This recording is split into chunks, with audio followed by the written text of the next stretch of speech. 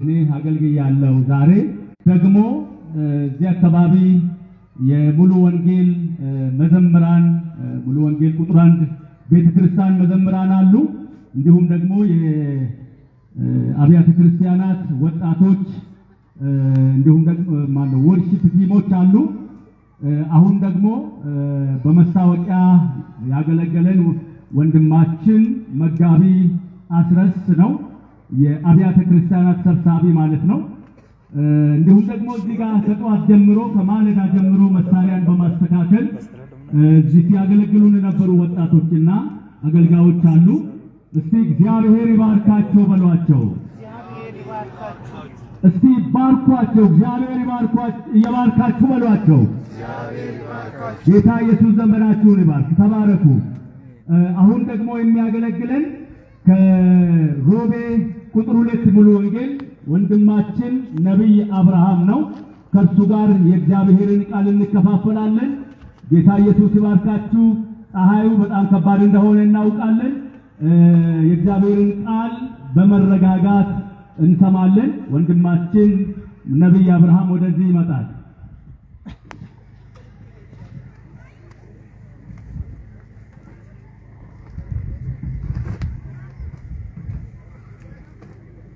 ሁላችሁንም በኢየሱስ ክርስቶስ ስም ሰላም እላችኋለሁ። የጌታችን የኢየሱስ ክርስቶስ ጸጋና ሰላም ከእናንተ ጋር ይሁን። አሜን። ከማለዳ ጀምሮ ሲባል እንደነበረው ሁላችንም ደግሞ ለአንዳንዶቻችን ለጓደኞቻችን መልእክት ስናስተላልፍ እንደነበረው እንኳን ለጌታችንና ለመድኃኒታችን ለኢየሱስ ክርስቶስ የልደት መታሰቢያ በዓል በሰላም አደረሳችሁ። ክብር ለኢየሱስ ይሁን። እግዚአብሔር አምላካችን ስሙ ይባረክ። ይህንን ቀን የሰጠን ይህንን ቀን ያሳየን እግዚአብሔር በዚህ አይነት ሁኔታ በዚህ ስፍራ ተገናኝተን እግዚአብሔርን ከፍ እንድናደርገው ይህንንም በዓል መታሰቢያውን እንድናከብር ጌታ ስለረዳን ክብር ሁሉ ለእግዚአብሔር ለአምላካችን ይሁን። ደግሞም ለእግዚአብሔር ክብር እናምጣ። ሃሌሉያ። እግዚአብሔር አምላካችን ስሙ ይባረክ። ሁላችንም እንኳን አደረሳችሁ። በዚህ ስፍራ ደግሞ የዚህን ፕሮግራም ጸጥታ ሰላም ለመጠበቅ የጥበቃ አካላት በዚህ ስፍራ የተመደባችሁትንም እግዚአብሔር ይባርካችሁ። እንኳን አደረሳችሁ እናንተን ማለት ፈልጋለሁ። ስለ ሁሉ እግዚአብሔር አምላካችን ስሙ የተባረከ ይሁን። ጎናችሁ ያለው ሰው ያዛርጉትና እንኳን አደረሰ በሉት። እንኳን በዚህ ስፍራ ተገናኘን በሉት። ጌታ ስሙ የተባረከ ይሁን። ሃሌሉያ። እኔም መባረክ ፈልጋለሁ። ከማለዳ ጀምሮ ሲያገለግሉ የነበሩትን በዚህ ስፍራ በዝማሬ እንድናመልክ በፊታችን ቆመው ሲዘምሩ የነበሩትን ሁሉ እግዚአብሔር አብዝቶ ይባርካቸው። ሃሌሉያ። ለእኔም ደግሞ በዚህ ስፍራ ከእናንተ ጋር እንድገኝ እድል የሰጡኝን የአብያተ ክርስቲያናትን ሰብሳቢዎች ኮሚቴዎችን መባረክ ፈልጋለሁ። እግዚአብሔር አምላክ እነሱንም ይባርክ። ሃሌሉያ። እንግዲህ እግዚአብሔር በሰጠን በዚህ ጊዜ ደግሞ ለዚህ ቀን የሚሆን መልእክት ከኔ ጋር ከእግዚአብሔር ቃል አብረን እንካፈላለን። እግዚአብሔር በዚህ ቀን የሚናገረንን ለሕይወታችን የሚጠቅመንን ለምድራችን የሚረባንን ነገር ያወራናል። ክብር ለኢየሱስ ይሁን። ሁልጊዜ የምናከብረው የምንወደው ጌታችን ኢየሱስ ክርስቶስ ስለኛ አምላክ ሆኖ እያለ ሰው ሆኖ መምጣቱ፣ ሙሉ ሆኖ እያለ ራሱን ባዶ ማድረጉ፣ የከበረ ሆኖ ሳለ እሱ መዋረዱ፣ እያንዳንዳችን እንኳን በምንወለድበት ሰዓት በተሻለ ስፍራ እንደ አቅማችን በቤት አንዳንዴ በዚህ ዘመን በሆስፒታል ሰው ባገኘው እድል ይወለዳል። ነገር ግን ጌታችን ኢየሱስ ክርስቶስ በዚያን ዘመን የሚወለድበት ስፍራ እንኳን አላገኘምና በከብቶች ግርግም ተወለደ። አምላክ ስለኛ የተዋረደው እኛን ሊያከብረን ሰው ሊያደርገን። አሜን አሜን። እሱ ተዋርዶ እኛን ከፍ አደረገን። እሱ ዝቅ ብሎ እኛን ቀና አደረገን። ሃሌሉያ። ክብር ለኢየሱስ ይሁን። ዋው! እግዚአብሔር አምላካችን እናመሰግናለን። መጽሐፍ ቅዱሳችንን ምናልባት ያው ንፋስ ያስቸግራል። በሁለት ዓለም ውስጥ ያለነው እዚህ ዳስር ያለን ሰዎች በጣም ቅዝቃዜው ከባድ ነው። ወደዚያ ወጣ ለተባለ ደግሞ ሙቀቱ ከባድ ነው። ስለዚህ ተቻችለን እንጨርሳለን። ጌታ ስሙ ይባረክ። መጽሐፍ ቅዱስ የያዝን ሉቃስ ወንጌል ምዕራፍ 1 አብረን እናወጣና ከኔ ጋር ከዚያ ስፍራ አብረን እናያለን።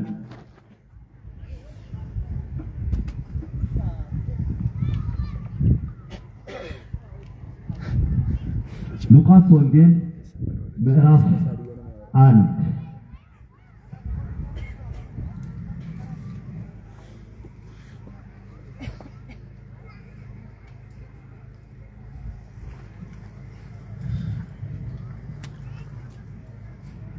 ከቁጥር 69 ጀምሬ አነባለሁ። ነፋሱ እያስቸገረኝ ስለሆነ አባቱ ዘካርያስም መንፈስ ቅዱስ ሞላበትና ትንቢት ተናገረ፣ እንዲህም አለ።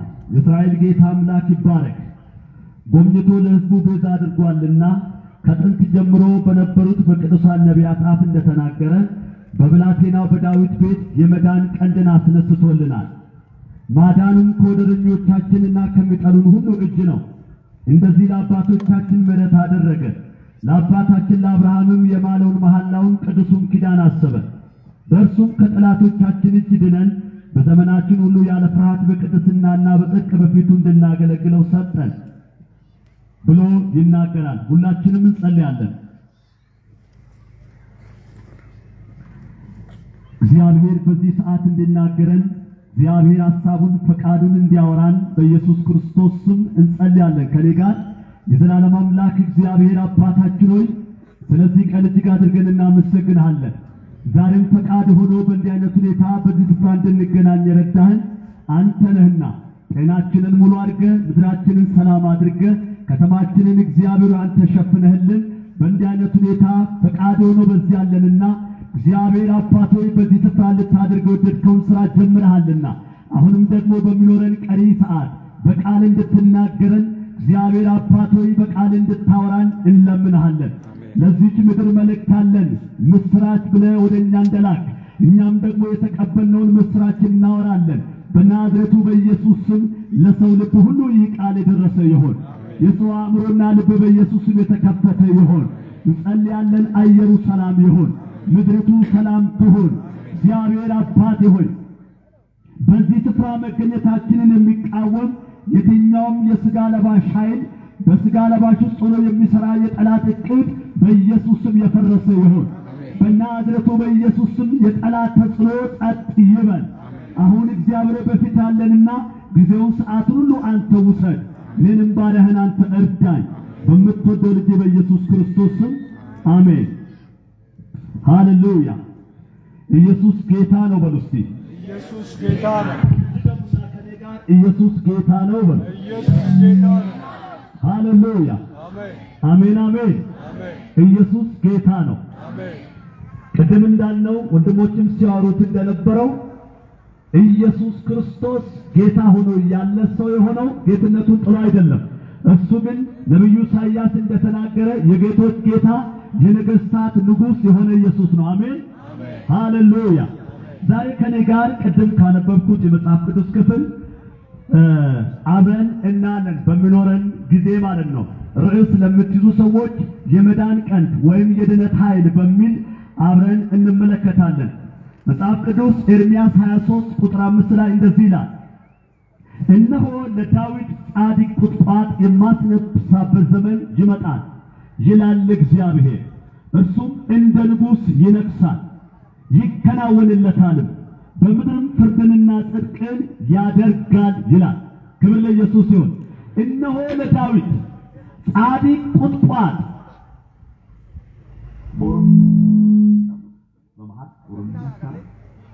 ምናልባት ኦሮምኛ ብቻ ለሚሰሙ ሰዎች አንዳንዴ በመሃል ኦሮምኛንም ልናገር ይችላሉና ኖፍኮልቻ ለዳዊት ጻድቅ ቁጥቋጥን የማስነሳበት ዘመን ይመጣል።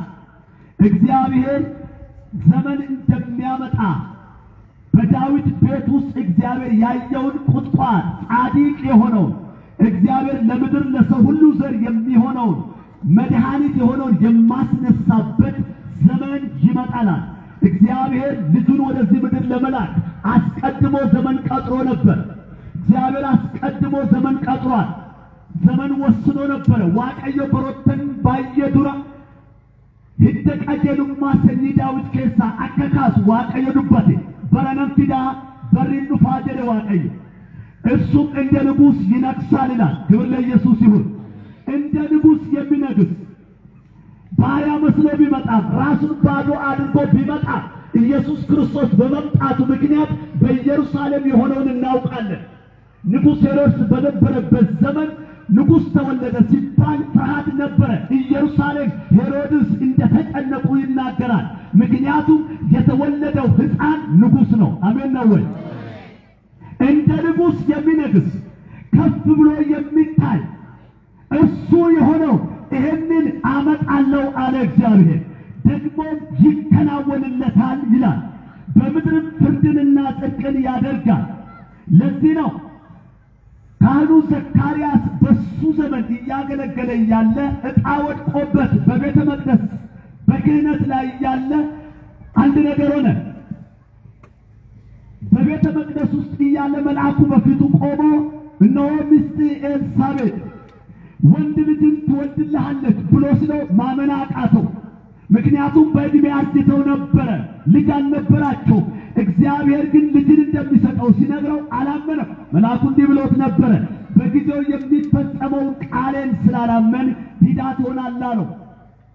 አገልግሎቱን ጨርሶ ሲወጣ ምንም መናገር አይችልም። በምልክት እየጠቀሰ ያወራል። ምን ነካው አሉ ብዙዎች። ምንድነው ነገሩ ብለው ነበረ። ነገር ግን ዲዳ ሆነ።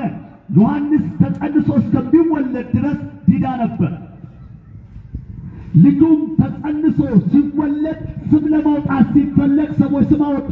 እናትም ስም አወጣች፣ ዮሐንስ አሉ። ምናልባት አባትም እስቲ ያውጣ ተብሎ በጽሑፍ ሲገልጥ ዮሐንስ ብሎ ጻፈ። ይህንን ባለ ጊዜ ወዲያውኑ አፉ ተከፈተ፣ ትንቢት መናገር ጀመረ። ክብር ለእግዚአብሔር ይሁን። በመንፈስ ቅዱስ ሆኖ ትንቢት መናገር ነው የጀመረው። የእስራኤል ጌታ አምላክ ይባረክ፣ ጎብኝቶ ለሕዝቡ ቤዛ አድርጓልና አለ። እግዚአብሔር ሕዝቡን ጎብኝቷል። እስቲ እግዚአብሔር ጎበኘን በሉ። ጎብኝቶ ለሕዝብ ቤዛ አድርጓል። አሁን የጉብኝት ዘመን ደረሰ። የጉብኝት ጊዜ ሆኗል። እግዚአብሔር ምድሪቱን፣ ሕዝቡን፣ እስራኤልን ጎበኘ አለ። ስለ ጎበኘ ቤዛ አድርጓልና የመዳን ሰው ሰጥቶናልና አሁን የምንድንበት የምናመልጥበት ቤዛ የሆነ ሕዝብን የሚያድን ሰጥቶናል፣ አድርጓል። ይህንን መንገድ አዘጋጀ አለ። ክብር ለእግዚአብሔር ይሁን። የሚገርመው ስለ ልጁ ስለ ዘካርያስ ስለ ዮሐንስ መጥምቁ ዮሐንስ እየተናገረ በመሃል ግን ስለ ንጉሡ ስለ ኢየሱስ ቤዛ ስለሆነው ይናገር ነበረ። እንዲህ ይላል፣ ከጥንት ጀምሮ ገና በነቢያት ገና በአባቶች ዘመን በነ አብርሃም በነ ይስሐቅ በነ ያዕቆብ በነ ሙሴ ዘመን እግዚአብሔር የተናገረው በቅዱሳን ነቢያት አፍ እንዳወራው በብላቴናው በዳዊት ቤት የመዳን ቀንድ አስነስቶልናልና። አሜን አሜን። የመዳን ቀንድ አስነስቶልናል። እዚህ የመዳን ቀንድ በሉ። ይሄንን አስነስቶልናል ይላል ዘካርያስ። ሃሌሉያ። አስነስቶልናልና ኢየሱስ ክርስቶስ መወለዱ ወይም መምጣቱ የእግዚአብሔር ጉብኝት ነው። እግዚአብሔር ምድርን የጎበኘበት በልጁ ነው። አንድያ ልጁን ኢየሱስን በድንግል ማርያም በኩል በመላክ እሱ ተወልዶ ሰው ሆኖ እግዚአብሔር ምድርን መጎብኘት ጀመረ። ጉብኝት ሆነ። ለእኔና ለእናንተም ይሄ ጉብኝት ደረሰን። ክብር ለኢየሱስ ይሁን። ሃሌሉያ። ታውቃላችሁ ዘጸአት ምዕራፍ 3 ላይ እግዚአብሔር እንደዚህ አለ፣ ያ ሕዝብ በ430 ዓመት በግብፅ በነበረ ጊዜ የሕዝቤን ጩኸት ሰማሁ፣ ተመለከትኩ፣ አየሁ፣ ላድናቸው ወረድኩ። ስለዚህ አሁን እጎበኛችኋለሁ አለ እግዚአብሔር። ያንን ሕዝብ ከባርነት ለማውጣት እግዚአብሔር መጎብኘት ነበረበት። ዳግመኛም እግዚአብሔር በልጁ በክርስቶስ ኢየሱስ ምድርን ጎበኛት። ሃሌሉያ። ይሄኛው ጉብኝት ዘካርያስ ሲናገር ለእስራኤል ወይም ለአይሁዶች ብሔራዊ ነፃነትን ወይም መንፈሳዊ ድነትን ያሳያል። ምክንያቱም በዚያ ዘመን እስራኤላውያን በምን አይነት ሁኔታ ውስጥ እንደነበሩ እናውቃለን። ይህ የመዳን ቀንድ የተባለው ኢየሱስ ክርስቶስ የእግዚአብሔር ልጅ ነው። እግዚአብሔር ለሰው ልጆች ሁሉ ያስነሳው የድነት ቀንድ ወይም የድነት ኃይል እሱ ክርስቶስ ኢየሱስ ነው። አሜን። የመዳን ኃይል የተባለው ድነት ያለበት ለማዳን ኃይል የተሰጠው የሰውን ዘር ሁሉ ሊያድን የተገባው ለሰው ልጆች ከሰማይ ሰማያት የወረደው የመዳን ቀንድ የሆነው ኢየሱስ ብቻ ነው። ሃሌሉያ።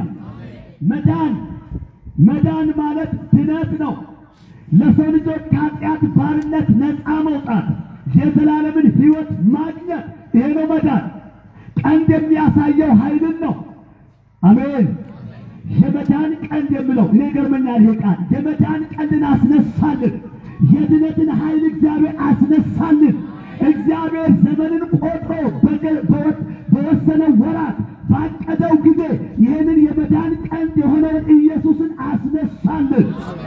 አሜን አሜን፣ ሃሌሉያ። ስለዚህ ኢየሱስ ክርስቶስ በዚህ ስፍራ ያላችሁ ቅዱሳን፣ በዙሪያውም ያላችሁ አንድ መልእክት አለን።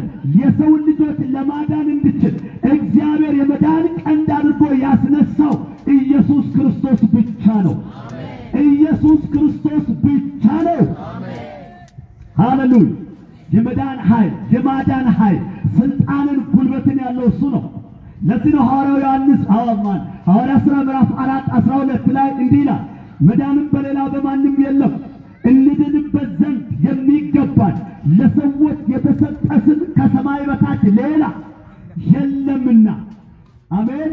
ሌላ የለም ከሰማይ በታች ለሰው ልጅ የተሰጠ፣ ለእኔና ለእናንተ፣ ለምድር ሁሉ፣ ለሰው ዘር ሁሉ የተሰጠ ስም፣ የመዳን ኃይል ያለው እንድንበት ዘንድ የሚገባን አንድ ስም አለ። እሱም ኢየሱስ ብቻ ነው። ይሄ ኢየሱስ ተወለደልን። አሜን። ይሄ ኢየሱስ ተነሳልን። አሜን። ይሄ ኢየሱስ ወደኛ መጣ። ሃሌሉያ ሃሌሉያ። ይሄ ኢየሱስ፣ ይሄ የመዳን ቀንድ የሆነው ኢየሱስ፣ የድነት ኃይል የሆነው ኢየሱስ መጣልን። ሃሌሉያ። ይህ አዳኝ የመጣው ሕዝቡን ለመቤዠት ነው። ወደ ሕዝቡም የተላከው የኃጢአታቸውን ዋጋ ለመክፈልና ከእግዚአብሔር ጋርም ለማስታረቅ ነው። እግዚአብሔር በምሕረቱ ባለጸጋ ስለሆነ ሕዝቡን በታላቅ ምሕረት ጎብኝቶ አዳነ። ምሕረቱ ብዙ ነው። ስለ ብልጽግናው ስናስብ የእግዚአብሔር ብልጽግና ምንድን ነው ስንል ምሕረት ነው። የእግዚአብሔር ብልጽግና መለኪያው ምሕረቱ ነው። ምሕረቱ የተገለጠው በልጁ በክርስቶስ ነው። ሃሌሉያ። እኛን ሊያድነን፣ እኛን ሊቤዠን፣ እኛን ወደ ሕይወት ሊያመጣን፣ ጨለማን ወደ ብርሃን ሊቀይር እግዚአብሔር ይሄንን የመዳንን ቀንድ ክርስቶስን አስነሳልን። ሃሌሉያ። ዘካርያስ ሲናገር እንዲህ ይላል፣ አይሁዶች በዚህ ጊዜ የነበሩበትን ሕይወት ስለሚያውቅ፣ የነበሩበትን ኑሮ ስለሚያውቅ መሲሁ ወይም አዳኙ በመጣ ጊዜ ከጠላቶቻችን እጅ ያድንናል ብለው ያስቡ ስለነበረ፣ በዚህ ጊዜ እስራኤላውያን ደግሞ በሮማውያን ቅኝ ግዢ ስር ስለነበሩ ነፃነታቸውን አጥተው በስደት ይኖሩ ነበር። ምክንያቱም ተገዝተዋል። በባርነት ነው ያሉት፣ በቅኝ ግዢ ስር ነው ያሉት። ስለዚህ አንድ ተስፋ ነበራቸው፣ መሲሁ ይመጣል። ሲመጣ ደግሞ ከዚህ ባርነት ነፃ ያወጣናል፣ ነፃነት እናገኛለን፣ ሰላም ይሆንልናል ብለው ይጠባበቁ ነበር።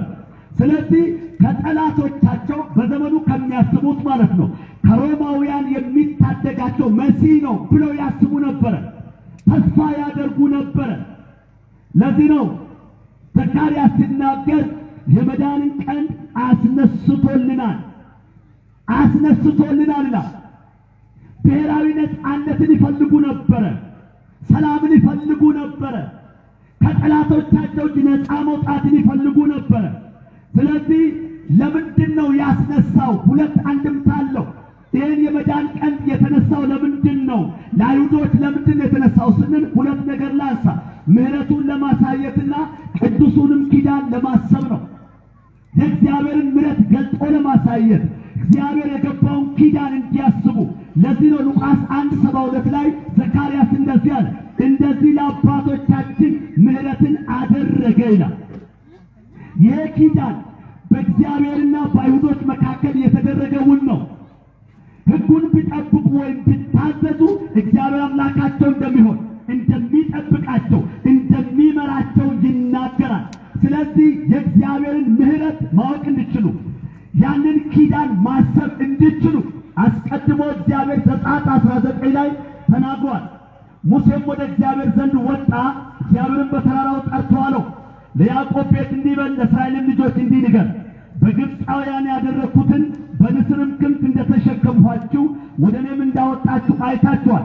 አሁንም ቃልን በእውነት ብትሰሙ ኪዳኔንም ብትጠብቁ ምድር ሁሉ የኔ ናትና ከአሕዛብ ሁሉ የተመረጠ ርስት ትሆኑልኛላችሁ የሚለው ቃል አስቀድሞ እግዚአብሔር ሕጉን በማክበርና በመጠበቅ ላይ ያለ ኪዳን እግዚአብሔር ነገራቸው። ብትጠብቁ ብትታዘዙ ሕዝቤ ትሆኑኛላችሁ፣ ከአሕዛብ መካከል የተመረጠ ትውልድ ትሆኑኛላችሁ፣ ርስት ትሆኑልኛላችሁ፣ የካህናት መንግሥት፣ የተቀደሰ ሕዝብ ትሆኑልኛላችሁ። ለእስራኤልም ልጆች የምትነግራቸው ቃል ይሄ ነዋል። እግዚአብሔር ሕዝቡን ያን ጊዜ በአብርሃም በኩል የገባላቸውን ኪዳን እንዲያስቡ ፈለገ። አንዱ ይሄ ነው፣ ምሕረቱን እንዲያስቡ፣ ኪዳኑን እንዲያስቡ ነው። ሌላኛው እግዚአብሔር ለአብርሃም የማለውን መሐላ ለመፈጸም ነው የመዳን ቀንድ የሆነው ክርስቶስ የተነሳው። ሉቃስ 1 ላይ ቁጥር 72 ጀምሮ እንደዚህ ይላል፣ እንደዚህ ለአባቶቻችን ምሕረት አደረገ፣ ለአባታችን ለአብርሃም የማለውን መሐላውን ቅዱሱን ኪዳን አሰበ፣ በእርሱም ከጠላቶቻችን እጅ ድነን በዘመናችን ሁሉ ያለ ፍርሃት በቅድስናና በጽድቅ በፊቱ እንድናገለግለው ሰጠን ይላል። ተመልከቱ፣ አብርሃም እግዚአብሔርን ስለታዘዘ ዘሮቹን ሁሉ እንደሚባርክ፣ ከጠላቶቻቸው ነፃ እንደሚያወጣቸው፣ ያለ ፍርሃት መኖር እንደሚችሉ፣ እንደገና ወደ መልካም ምድር እንደሚያገባቸው፣ በዚያም ስፍራ በጽድቅ በቅድስና ኖረው እግዚአብሔርን የሚያገለግሉበት ወይም ሊኖሩ የሚችሉበትን ጸጋ እንደሚሰጣቸው ተስፋ ሰጠ። ክብር ለእግዚአብሔር ይሁን። ዘፍጥረት 22 ላይ ማየት ይቻላል። ከሰዓት አንጻር የምፈልገውን ዋናውን ነጥብ እናገራለሁ። የመዳን ቀንድ የሆነው ኢየሱስ ክርስቶስ በመምጣቱ ያስገኘው ትሩፋት ለእኔና ለእናንተ፣ እዚህ አይሁዶቹን ይህንን ካየን፣ ለእስራኤላውያን የሆነውን ካየን፣ ለእኔና ለእናንተ የመዳን ቀንድ የሆነው ኢየሱስ መነሳቱ ምን አስገኘልን? ምንድነው ያገኘነው? በክርስቶስ ምን ሆነልን? ሁላችንም መመለስ እንችላለን። የዘላለምን ሕይወት እንዳገኘን እንናገራለን። ሕይወት እንደሆነልን፣ መትረፍ እንደሆነልን እንናገራለን። አንደኛ እኔ ግን ማለት የምፈልገው የደህንነትን ዕውቀት አገኘን። እስቲ የደህንነት ዕውቀት በሉ። ለዚህ ነው ሉቃስ 1:77 ላይ ዘካርያስ ሲናገር እንዲህ ይላል፣ በልጁ በኩል በመጥምቁ ዮሐንስ በኩል እግዚአብሔር የሚያደርገው ስለ ክርስቶስ የሚገልጸውን ሲያወራ እንዲህ አለ፣ እንደዚህም የኃጢአታቸው ስርየት የሆነውን የመዳን ዕውቀት ለሕዝቡ ትሰጣለህ። የመዳን ዕውቀት ምን ማለት ነው? የኃጢአት ይቅርታ የሚገኝበት ዕውቀት፣ የመዳን ኃይል ያለውን ኢየሱስ የምናውቅበት ዕውቀት፣ ሕዝብ ሁሉ የሚድንበት የደህንነት ዕውቀት ተሰጠን ይላል። ክብር ለኢየሱስ ይሁን። ታውቃላችሁ መጥምቁ ዮሐንስ ሲመጣ የመጀመሪያ ስብከቱ ጥርጊያን አቅኑ እያለ ስለ ክርስቶስ ስለሚመጣው መሲህ ሕዝብን ሲያዘጋጅ፣ ከኔ በኋላ የሚመጣው እርሱ በእሳት በመንፈስ ቅዱስ ኃይል ያጠምቃችኋል፣ እኔ እንኳ ዝቅ ብዬ ጫማውን ጠፍር መፍታት አይገባኝም ብሎ እርሱ ክርስቶስን ከፍ ሲያደርግ ይሄንን ዕውቀት ለአይሁዶች ያወራ ነበር። አይሁዶች ይሄንን በወቅቱ ባይገባቸው፣ እርሱ ግን መሲሁ እንደሚመጣ ይሄንን ዕውቀት አስቀድሞ ይገልጽ ነበር። ለሰው ልጆች ሁሉ የመጣውን ኢየሱስን፣ ለማዳን የመጣውን ኢየሱስን፣ የኃጢአትን ይቅርታ ሊያስገኝ የመጣውን ኢየሱስን፣ ራሱን ለሰው ልጆች መስዋዕት ሊያደርግ የመጣውን ኢየሱስን ይህንን ዕውቀት ገልጦ ይናገራል። ክብር ለኢየሱስ ይሁን። ይሄ ዕውቀት ነው ለእኔና ለእናንተ የተገለጠልን። ይሄ ዕውቀት ነው የገባን የምንድንበት ዕውቀት። ከሌሎች የተሰወረባቸው ያልተገለጠላቸው ዕውቀት ለእኔና ለእናንተ ግን ይሄ የደህንነት ዕውቀት ተገለጠልን። አሜን አሜን። ተገለጠልን። ይሄ ብርሃን በራልን። ሃሌሉያ አሜን አሜን። በመጥምቁ ዮሐንስ በኩል አይሁዳን የነፍሳቸውን ደህንነት ወይም መንፈሳዊ ደህንነት የሚያገኙበትን ዕውቀት ተሰጣቸው። በርካታ አይሁዳን የሚያስቡት ሁሉ ምን ነበር? ስለ ምድራዊ ደህንነት ማለትም ከምድራዊ ጠላቶቻቸው እጅ ነፃ ስለመውጣት ያስቡ ነበር። ይሄኛው ግን ከዚያ ያለፈ ዕውቀት ነበር መጥምቁ ዮሐንስ ሲገልጽ የነበረው።